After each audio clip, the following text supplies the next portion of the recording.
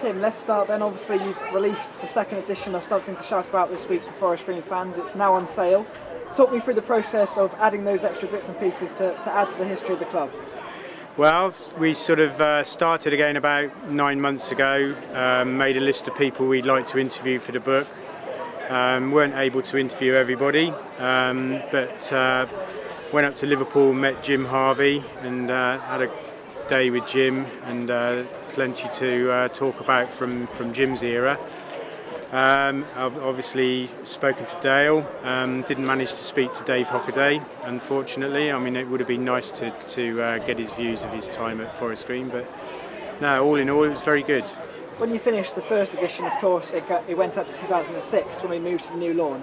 Could you have ever imagined when you finished that book that so much would happen in that time since? No, I mean, that's like, you're absolutely right. I mean, the history was from all the way from 1889 up to 2006, and then since 2006 so much has gone on at the club, right the way through from, you know, building the ground, moving to the ground, all of Jim Harvey's time at the club, which was just, you know, unbelievable.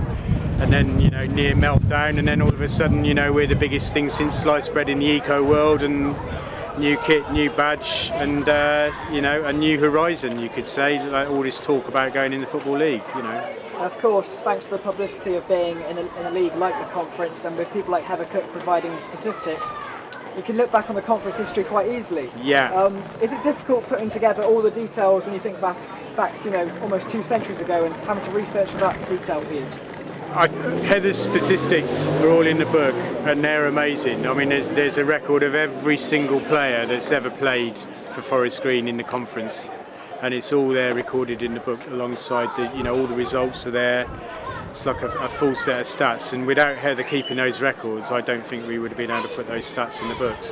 Obviously, it's a very special season for Forest Green, hoping to get in the Football League, and of course celebrating the 125th anniversary as well. For you, because you've been involved with the club for so many years, what's so special about Forest Green to you? Well, to me personally, I mean, when I started watching Forest Green in the 70s as a kid, it was, you know, with my mates. You know, I grew up in Shortwood, so I suppose I should have gone over to watch Shortwood.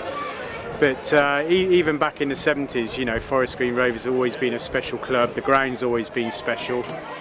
And, you know, you go back and you start researching the history, and you realise how many people have put so much effort into making Forest Green is what it is today. You know, you just look at what Dale's wanting to do now, and it's just like the same as what everybody else ever associated with the club wanted to do. It's just, you know, ambition to move it on to another level all the time, even though people start thinking, oh, you know, you're joking, you know, big boots and all that kind of thing.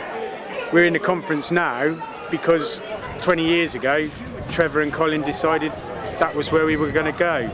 You go back 20 years before that, people decided the Southern League, that's where we were going to go, you know, and it just goes back and back and back. It's the same thing repeating itself. And of course, I'd imagine you'll be hoping perhaps in a decade's time to write the 3rd edition with the football club and the Football League. Well, eternal optimist. So yes, absolutely, that's what I'm hoping will happen, yeah.